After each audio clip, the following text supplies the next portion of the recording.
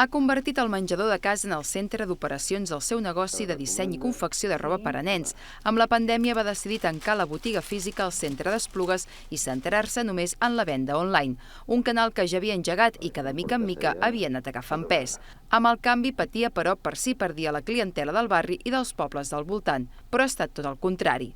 Que m'han trucat per telèfon, m'han buscat per Google, nena, he anat a la botiga i no està a la botiga i volia mirar un regalet i tal.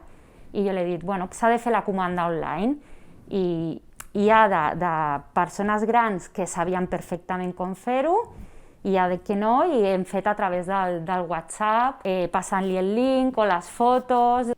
Arrencar el negoci online va ser molt més lent que la botiga física i en part va començar a agafar volada gràcies a Instagram, on va començar a penjar els seus dissenys i explicar qui hi havia darrere el projecte.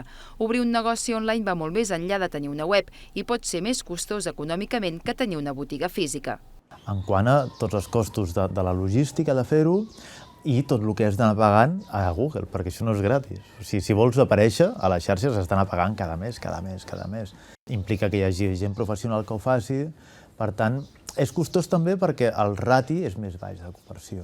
En el cas de negocis més grans, la pandèmia ha accelerat alguns projectes, com per exemple en aquest centre comercial que continua tancat. Des de fa unes setmanes es pot comprar online a través del WhatsApp.